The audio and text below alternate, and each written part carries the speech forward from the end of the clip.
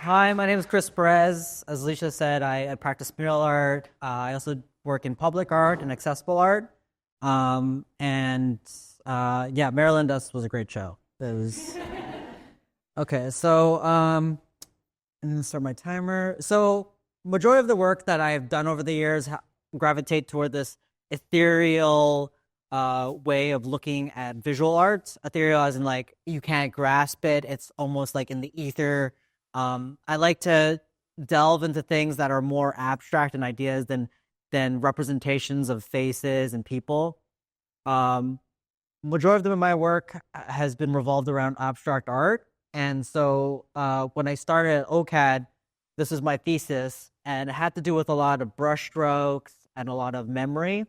So these are topographic views of how I would interpret my um, movement in the streets and how I'd bring back memories. And so in the series, it's all black and white. It's ink on paper.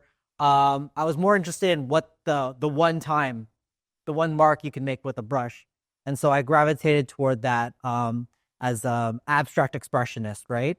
Trying to capture that moment, try to capture that emotion through the work that I did. Post graduation, I moved into more of a constructual type of views. So these are also ink on paper, Prismacolor markers, Sharpies. And what I tried to do here was use abstraction in a way of using color. Just like in the previous slide before, it was all black and white. Here I was exploring color more.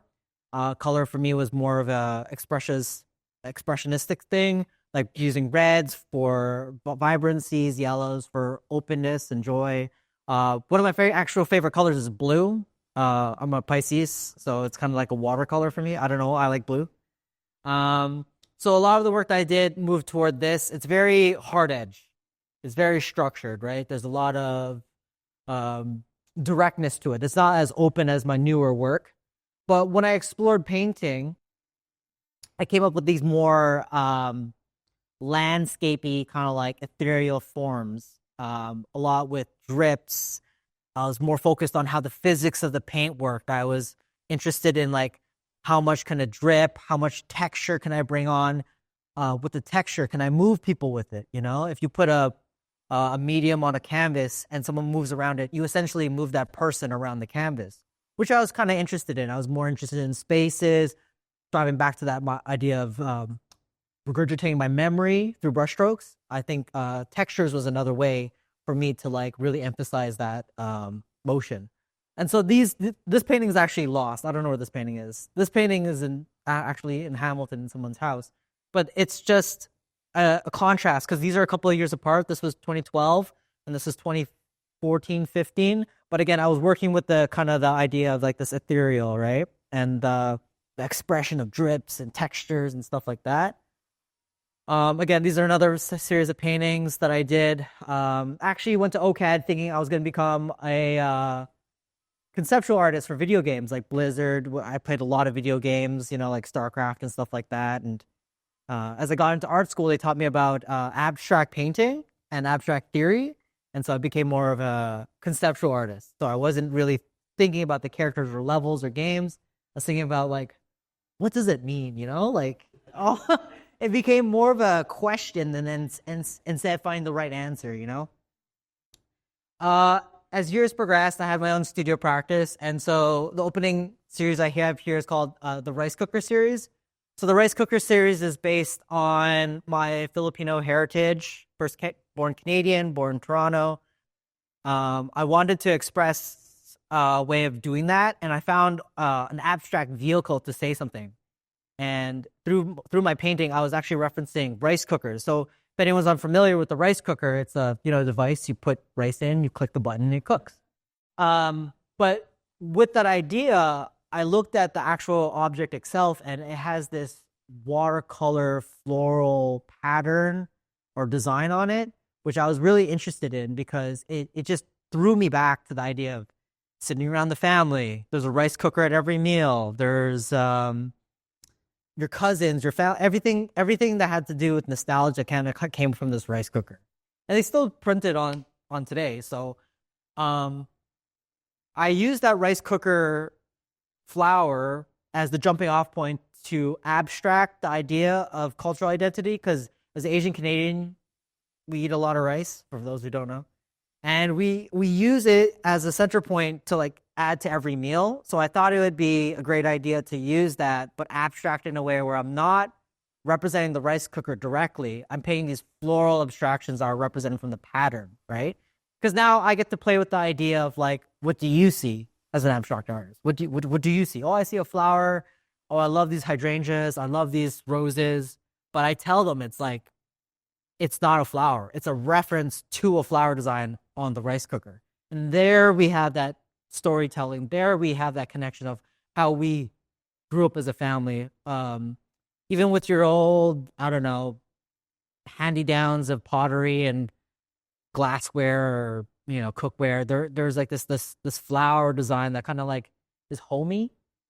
And so a lot of the work that I did for this series, it's still ongoing, by the way.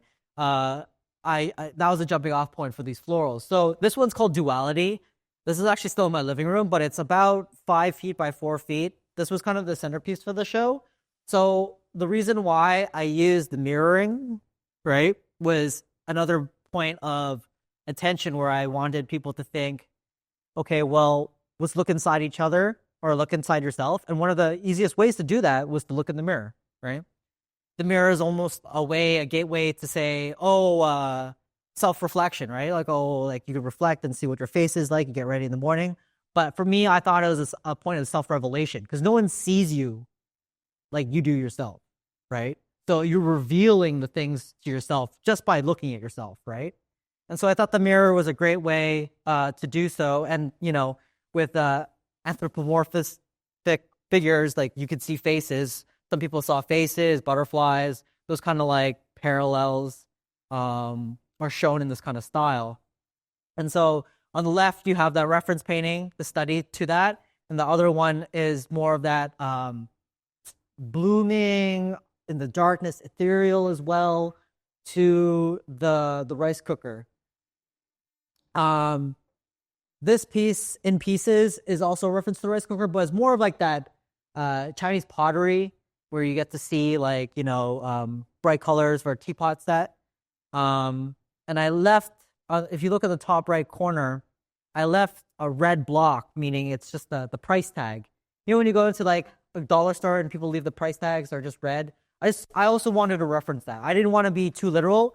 I didn't need to put the price on it. I just wanted to emphasize that it's almost like a commodity to this artwork, but not in the way that it's like everyone can access it. It's just like the idea that things can be mass produced, things can be put into different homes of the same style.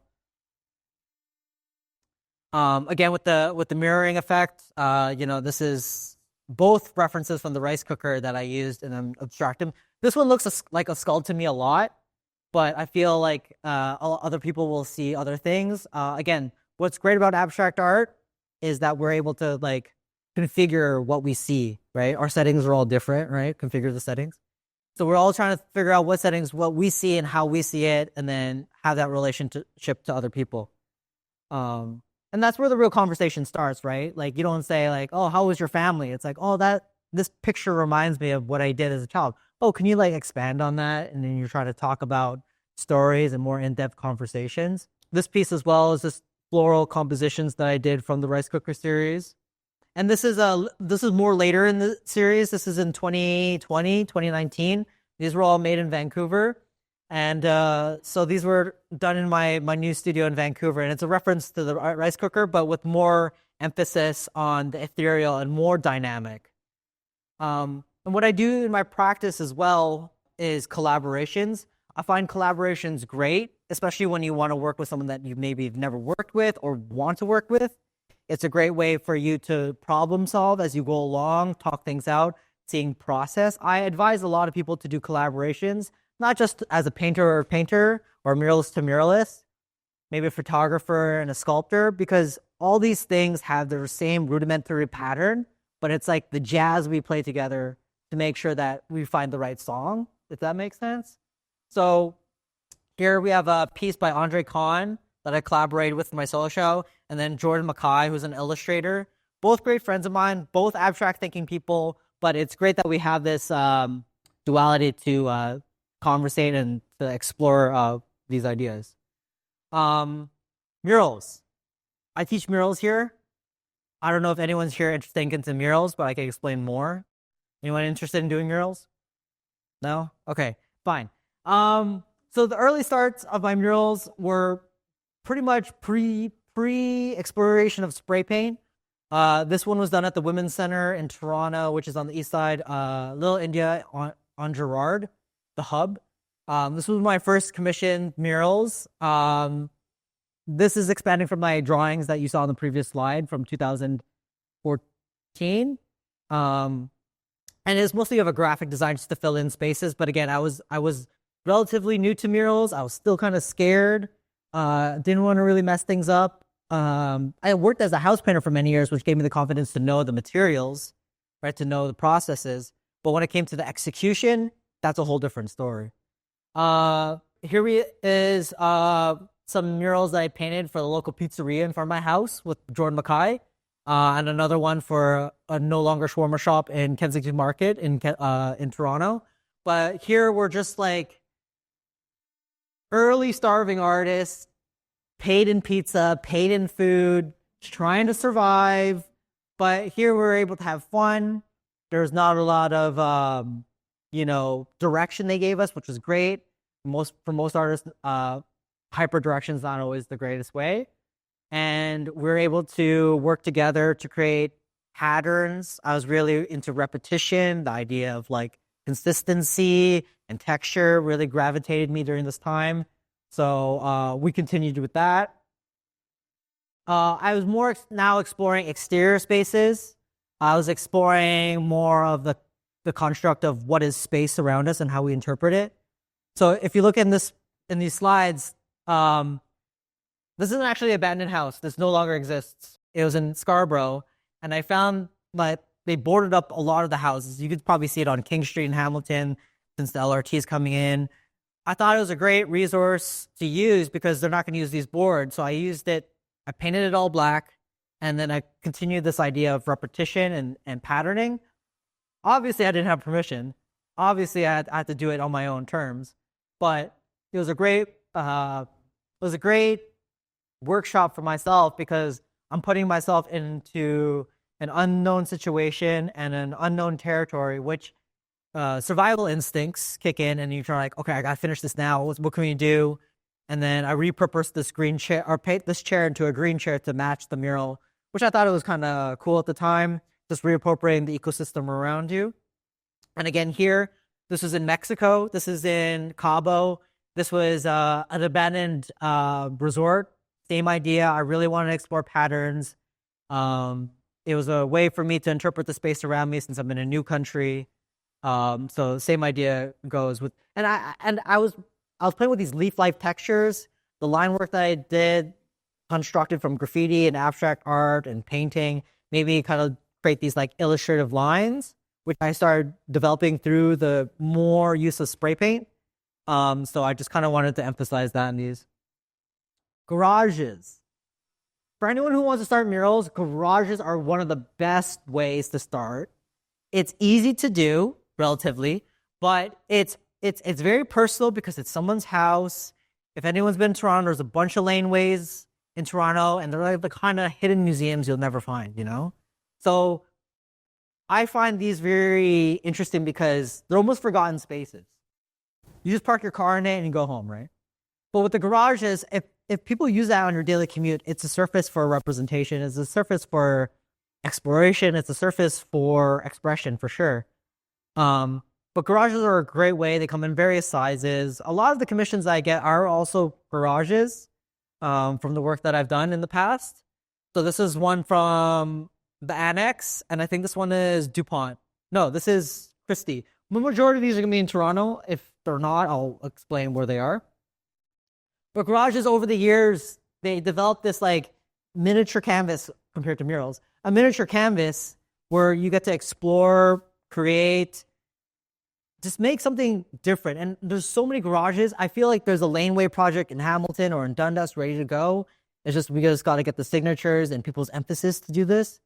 It's one of the greatest ways that you could actually collaborate with someone else who's starting to do murals because it's a nice way to figure things out in a 2-day spectrum when we were like, what can we do here with the red? What can we do here with the spray paint? What can we do with the house paint? Who lives in the house? That comes into play because you want to give representation to the people who own the house. And from the first slide, this is a garage I did 2 years ago. They got their garage replaced. Like a lot of these wooden garages will probably get replaced. Why not create a system where you could paint it and it deters graffiti, vandalism, tags, all that stuff, right? Again, from 2018 to, I painted that like 2 months ago. The difference in technique, the difference in representation. This was a laneway jam. The first one on the top left was a laneway jam that I did in 2018. And in 2024, this house was never painted. It had all the murals around it, but it was the only house that was not painted. And I was able to convince the lady, I'll do it. And she wanted to represent her old country of Portugal in the Azores. So I was like, you know what? I'll give you a good price. I like you, lady. I'll paint it for you, you know? And I did this. This garage only took me a day.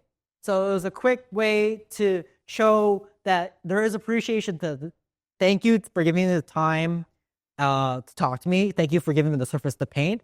And I want to represent something that you're happy with every day. So that's what I kind of wanted to do with that piece. And I didn't ask for much money. And it's a laneway where it's constantly used. It's Dundas and it's on Palmerston between Dundas and Bathurst. Dundas and College. So I'm just happy that I was able to provide that for her. Boxes. There's electrical boxes all over the city. I don't understand why they don't have people hand paint them instead of wrap them. It's a great way, even for 16-year-olds, people out of high school, 13-year-olds, or like, you know, I've seen parents bring their kids in.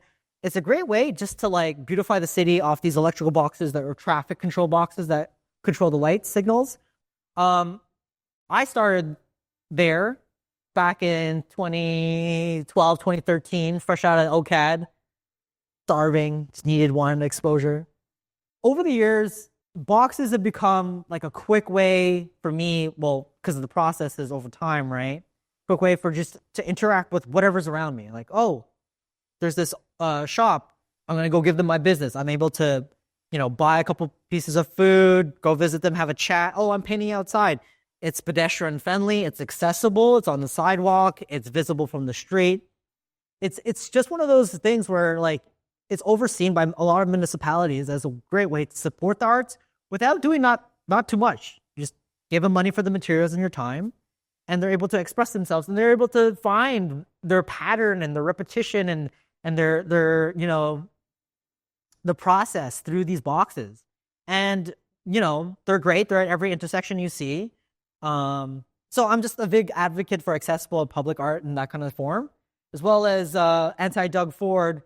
Bike lanes. Bike lanes were a great way to emphasize, you know, safe biking, transport.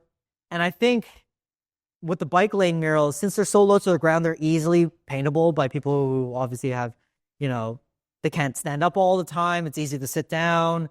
It's wheelchair accessible. I've seen people sit on skateboards to paint these. They're just a way for us to like see art in a way that you wouldn't be able to, taking the average Joe out of like their average day in the situation right that. And when you're biking by, you know, it's just another way to like help mind map. Going back to my thesis, right? You're mind mapping these things and you know, oh, I don't know what that street is, but I know that blobby mural is there. So then now you know, and we're able to give people the typography of the area without even explaining what street it is on. So it's another embracing of what the neighborhood could be, or what attachment to the neighborhood you have. Graffiti.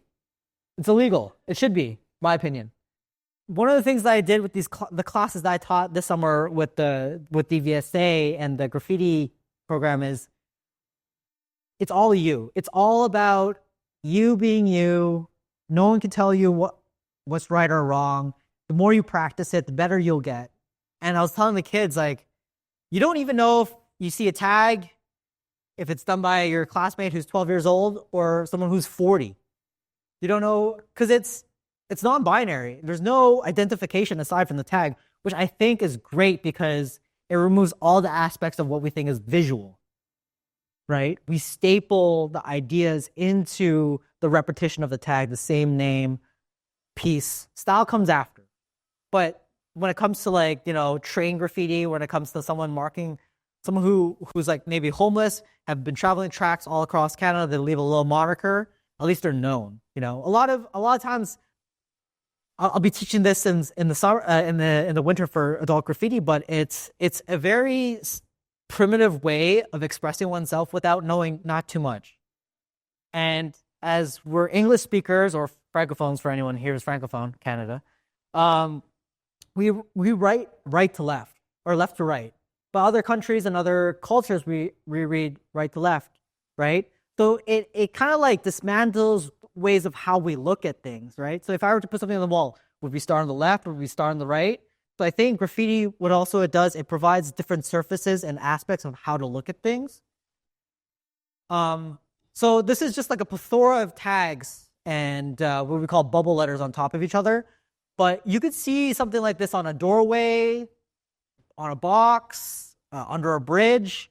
You'll see these things everywhere, and it takes time to dismantle the history. You'll see like one tag from 1980 something to 1990 something to early 2000s. And so you'll see, oh, this person's been there, this person's been there. It's also another way to tell story without being written down, even though it's a tag, right?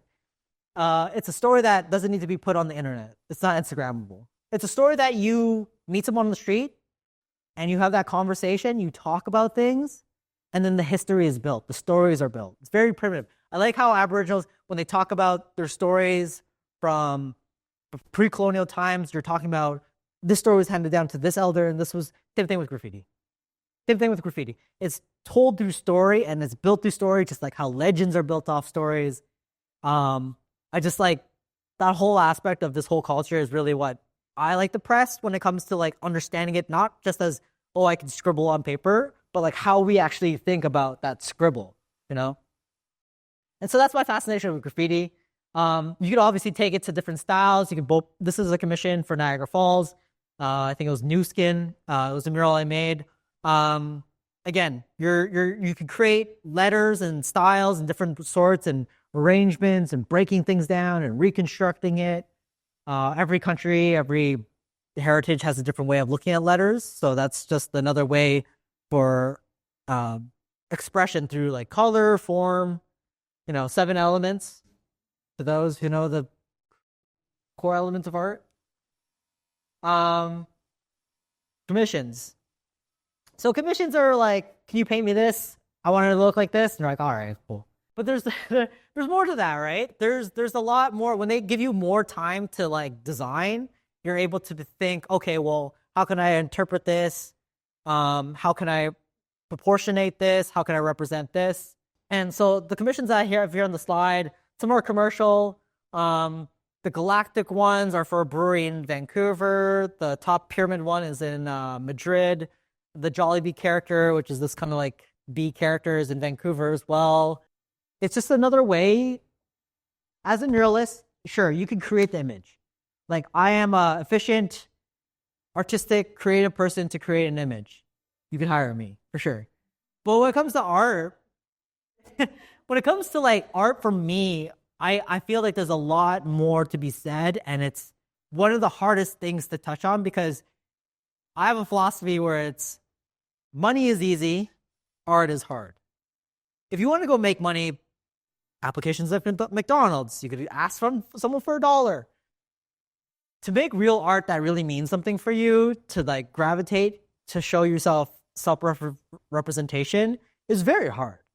How many times can you make a great artwork to yourself, And so I kind of gravitate toward those kind of ideas. But when it comes to commissions, yeah, I'm good at it. I could do it, Like, so obviously I cater to a lot of clients that want certain things. Like Heath Sestrin is a real estate team in Toronto that she loved my mural, Floral Works. I kind of use that. This Tube Mogul on the middle one was... they got bought by Google at some point, but they're kind of one of those early starting firms. And then they saw that mural and then wanted one for their head office in Emeryville, which is in San Francisco. So they able to fly me down for that. That was when I was 25. I was like, oh my God, paychecks more than, 4 figures. Oh, sick.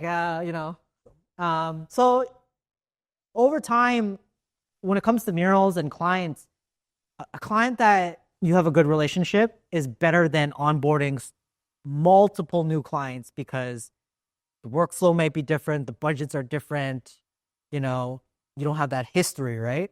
So having some clients that are willing to pay you for who you are is a great asset. And and when it comes to business as well, it's just one of those things where it saves you a lot more money and time and headaches, to be honest. So, and then when you're given other commissions, like this was a private commission for a very nice family in Toronto. They wanted me to do a Sol LeWitt interpretation. So Sol LeWitt was this artist, if anyone knows Sol LeWitt, was able to make art accessible through, here's my design. You could do it anywhere. This is the specifications, this is the colors, this is the paints. And that was kind of his artwork that he pressed during his later, I guess, late life. But they gave me open interpretation, so I was able to do this. And I love that they trusted me in doing these processes, because over time, art school doesn't teach you this anymore, but practicing the masters, I think DVSA teaches, group of 7 painting, right? So having those aspects to teach yourself, learn, study, I think are great ways also as a commissioned artist to participate in. And this one was for another Toronto-based fintech firm out of St. Clair and Yonge. Again, florals, abstraction, all done with spray paint. Festivals. So as a muralist, there's these things called mural festivals. And they happen all over the world. I think they've been popping up in the last decade. A lot of cities have them. They fly artists from all over the world, from, wherever. And they come over and then they paint during like a week or 2 weeks festival.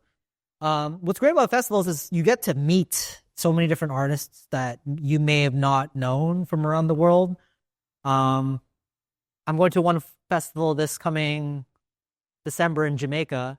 So we'll be initiating the first mural festival for Kingston, Jamaica in Tivoli Gardens. If anyone knows, Tivoli Gardens had like a massacre in the 90s or early 2000s.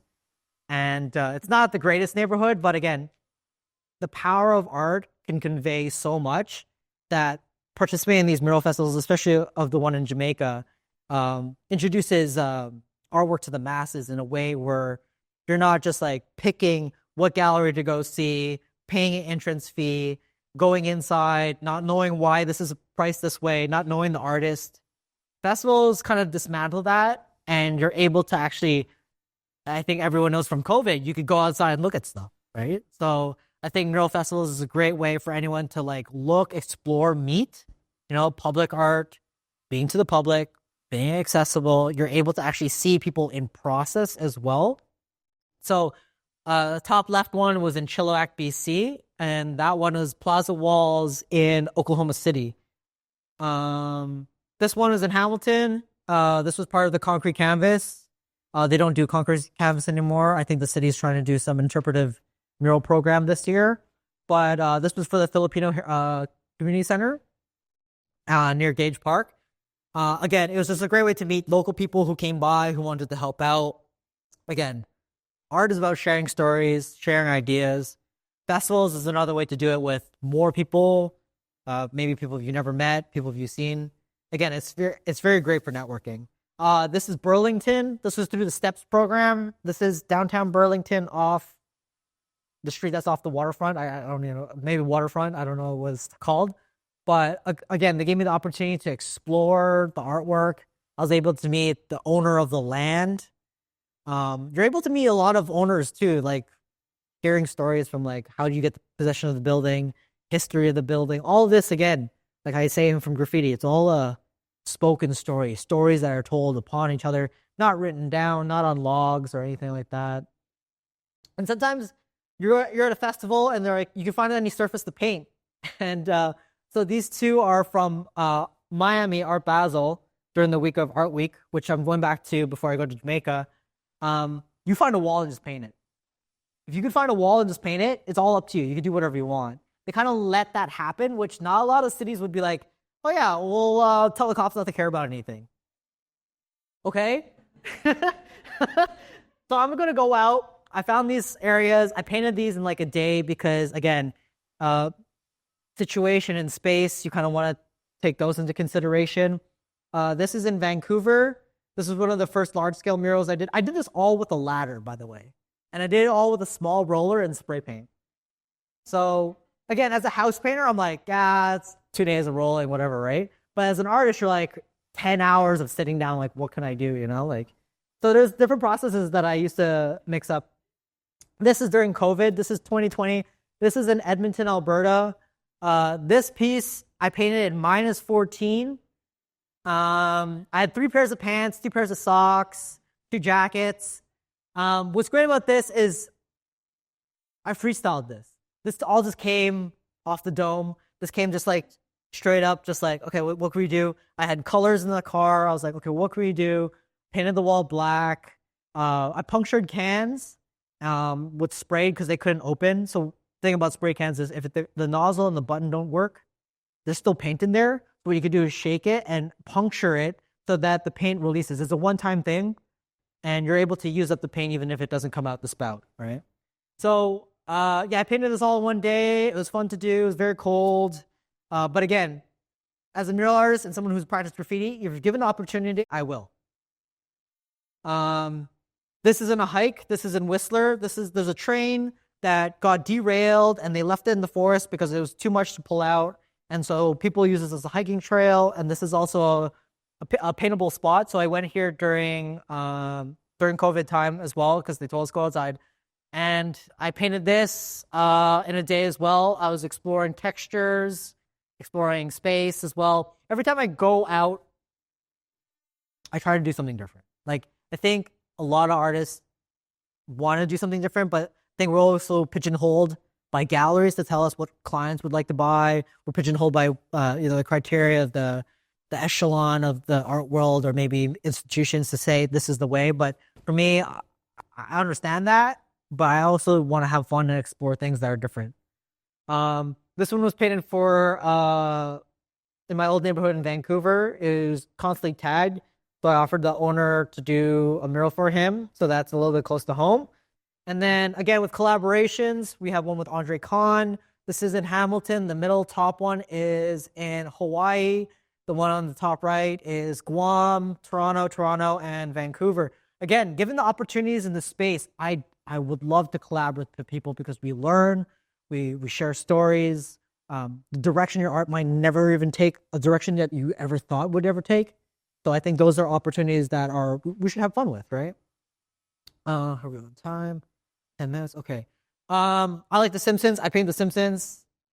90s kid. I like The Simpsons. I could do it. Very referential for me.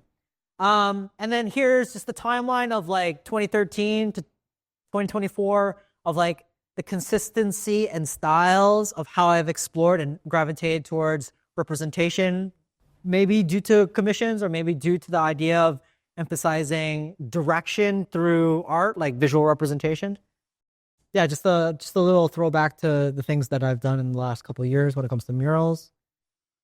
Community and public outreach. So this project I did is with some at-risk youth in Surrey, BC. Surrey being very well known for gang violence, very known for overdosing, homelessness. It has its own series of problems. I'm sure people know from the Hamilton area, but as an artist and as someone who's like taught, oh, you're good at teaching, I was like, I can't teach. But over the years, I've really stepped into that role of mentoring, especially youth. Because I thought I'd be doing video games, playing video games my whole life. But introducing kids to the atmosphere of you could be an artist, you could make paintings, you could have a life outside of the noise that you live in. And I think that was like, oh, I never thought of that. Because they're always listening to teachers like A, B, C, D, right? But for me, I was like, no, you don't need to do that. You could do things your own way. And I told them, like, this is how I came up. This is what you could do. This is what brushes you could use. This is what paints you could use. Did you know you could do this position because of art? Did you know you could do this? And so with these opportunities, I worked with students. I worked with the Aboriginal RCMP on this project to bring kids who are going to alternative schools because they can't process in regular schools, and I gave them they're under credit off this, but I really pushed the emphasis of learning outside the institution. And this one was the next year for Every Child Matters. We actually had, unfortunately, one of the children passed away from a drug overdose during this, and we had a lot of the other internal problems. But again, like I was able to reach the children or the preteens or the teens in the idea that you could pursue things that are outside of the school that you don't necessarily need to focus on as they've been drilled to, and as I was drilled in, so everyone was drilled into, right? So here again, we're celebrating the lives and like the community that's behind it, and and I think these are still up in Surrey, BC, because there is a lot of construction going on, which I could talk about hoarding all day, but as a hoarding wall, as we know, there's a lot of construction going around, but hoarding walls are also a great opportunity to show art. Spaces. Again, I like moving around and seeing spaces and like being interactive with them. So I like to take things from their proposed area and reinterpreting them into like visual representations or representations of what the artwork is. This was an old dealership. They let us turn into a gallery, and it was in Toronto and St. Clair before they demolished it. So this was an old office that I took all the gear and I kind of repurposed it. Like the printer is a plinth, the ceiling is leaking from my movement, my leaf movements, and the desk I turned on the side. I turned into like more of a semi-desk and then an altar to basketball at the top. A lot of play in this, which I enjoy. This was the other piece in the gallery in the front space. This piece is called Ladders. So I'm reinterpreting the use of a ladder.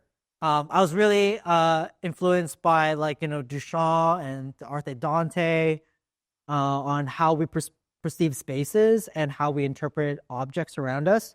So that's just a play onto that. And this is before the comedian. If anyone knows the banana on the wall, I did it before.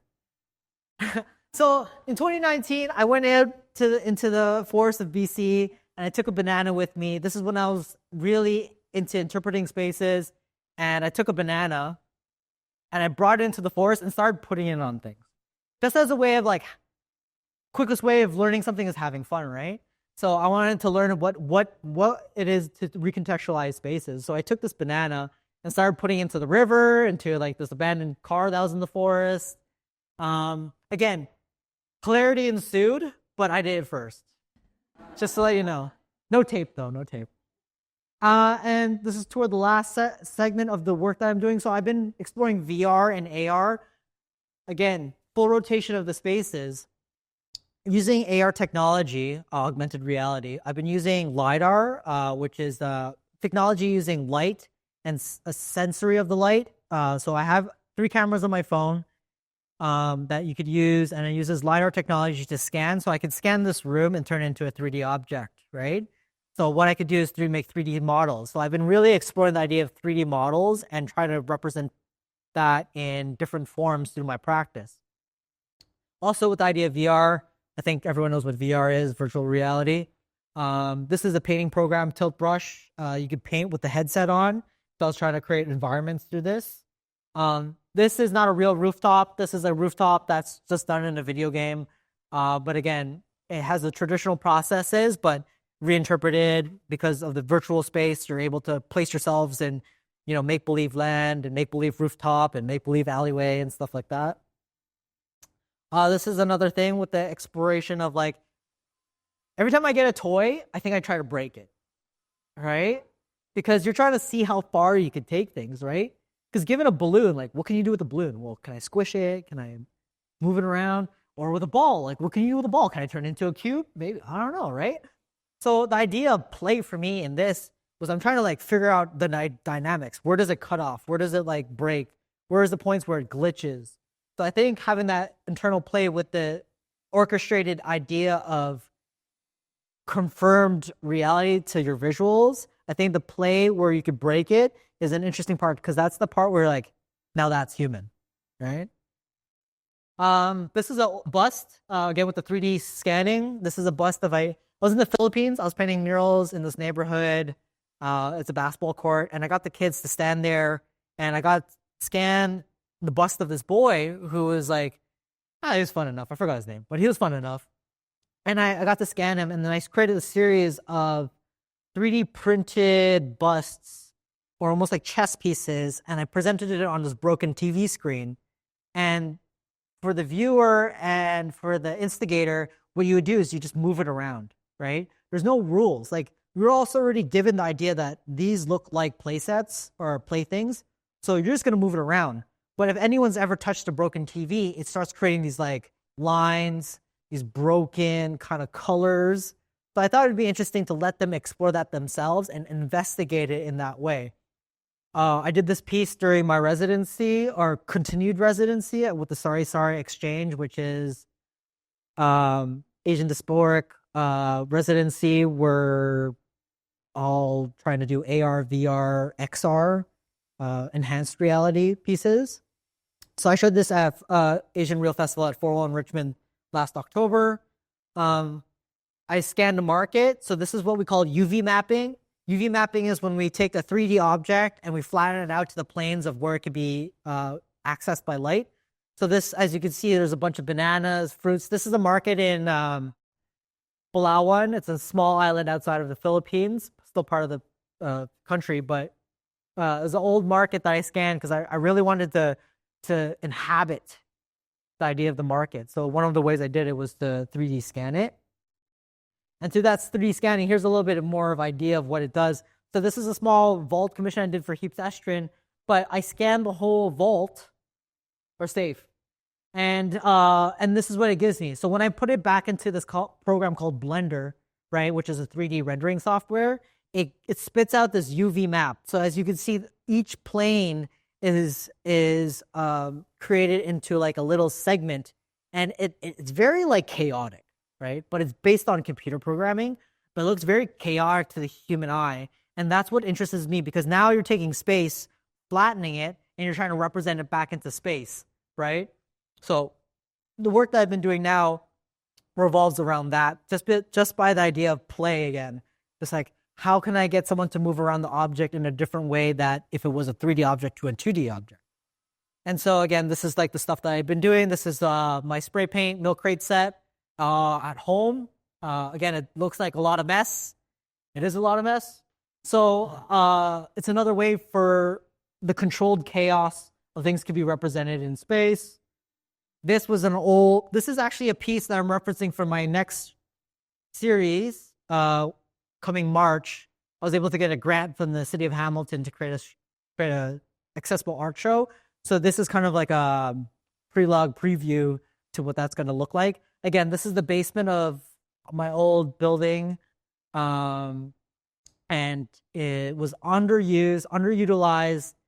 It was a brush factory. I just wanted to capture that depth and that feeling through it. And so the larger the scan, the smaller the segments get. And, I have an upcoming show. I have a show on the 29th with the Sari Sari Exchange, November 29th, 7 to 9. I'll be there in person, showcasing the painting that from this slide. The painting is representing that. Again, it's going to be different. It's going to be textured. Snacks. Last show of the year. Last show for me of this year. And that's it.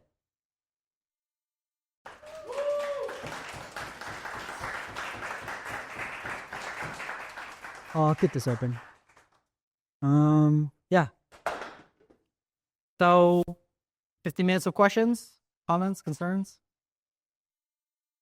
Anyone have questions? Yeah. Go ahead. No, go ahead. Do you just sort of walk in and paint something on, say, a public, some public piece of furniture? And without permission, or do you have to go to the city and go through a lot of all? There's a lot of red tape with the city. When it comes to painting furniture off the ground. I don't mean furniture, I mean boxes and. I'm sure there's a level of illegality that comes with just walking up to a box and painting it. I contribute that to like the ideas of neoliberalism, where if everyone in the neighborhood thinks it's okay, you should do it. But logistically, I don't think it's legal. So you could approach the city and be like, hey, can I paint this box? And they'll give you, a million reasons not to, right? But I think over time, if you have enough people intrigued into painting a box, why not? But how do you know you have enough people to hunt you in the neighborhood?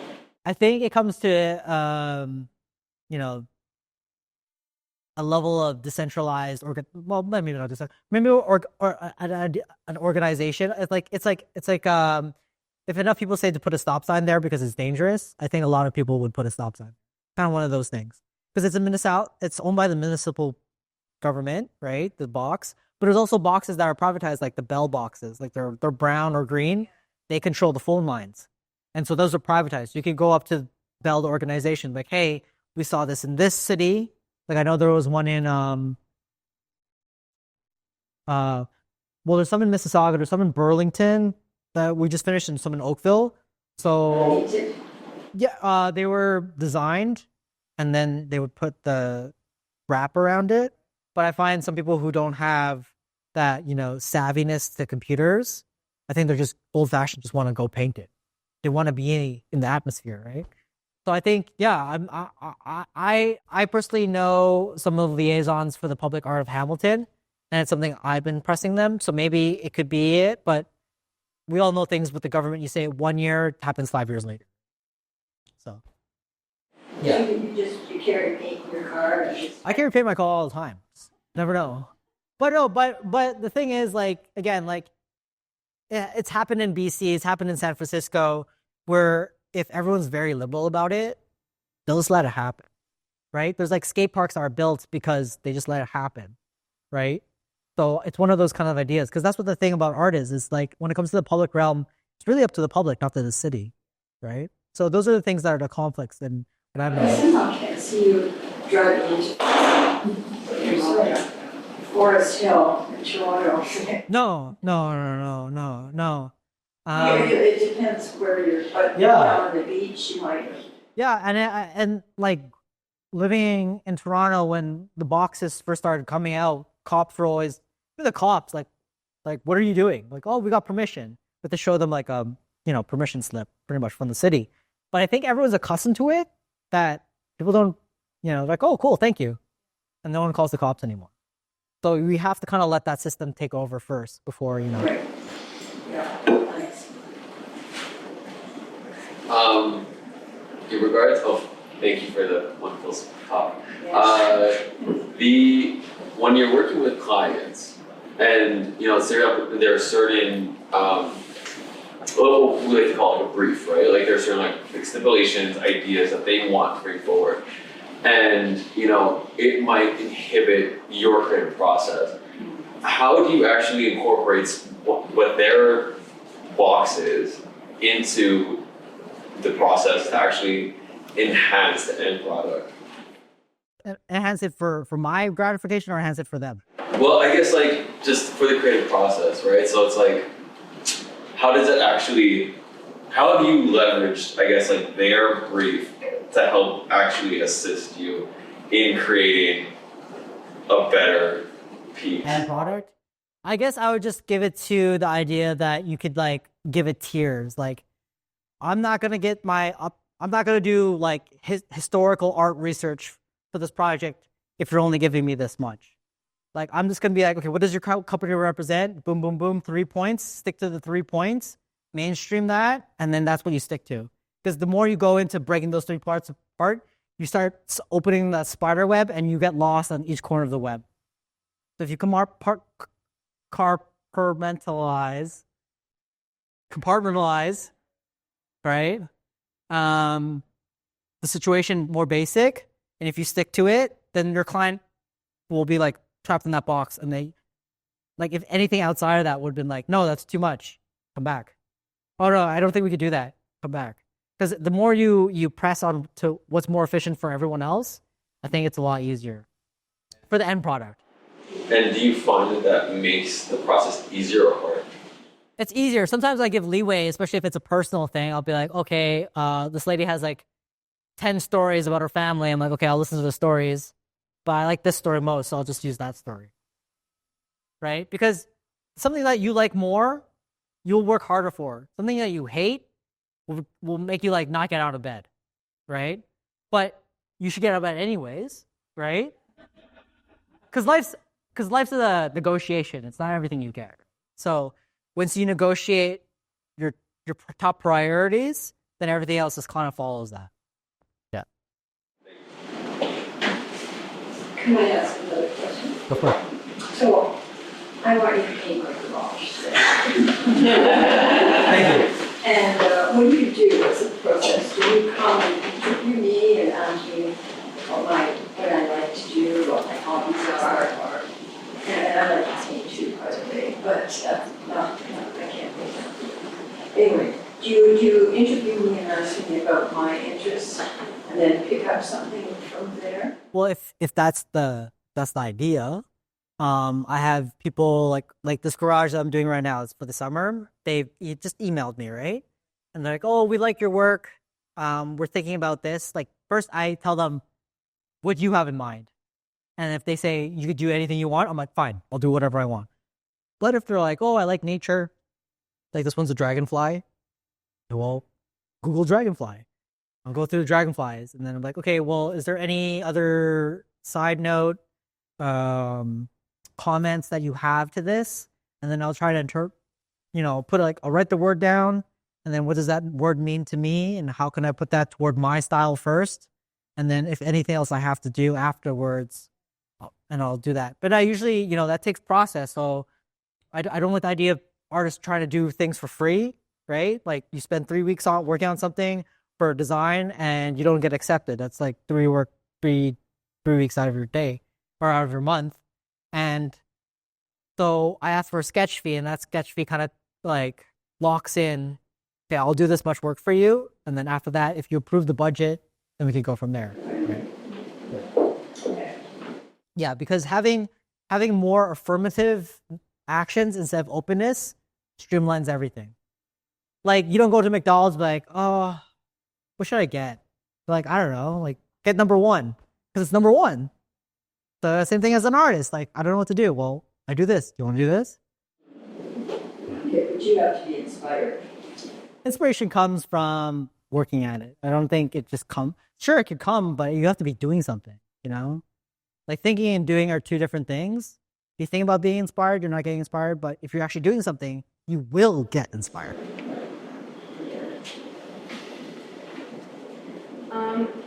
When you teach or work with kids, obviously there's been a lot of stigma, especially in the past, around what kind of people do graffiti and things like that. So I'm wondering what do they go into it thinking about graffiti and the reasons why they want to do it versus what do you hope they'll take away when you are teaching and working with them? Right. So this summer was fun.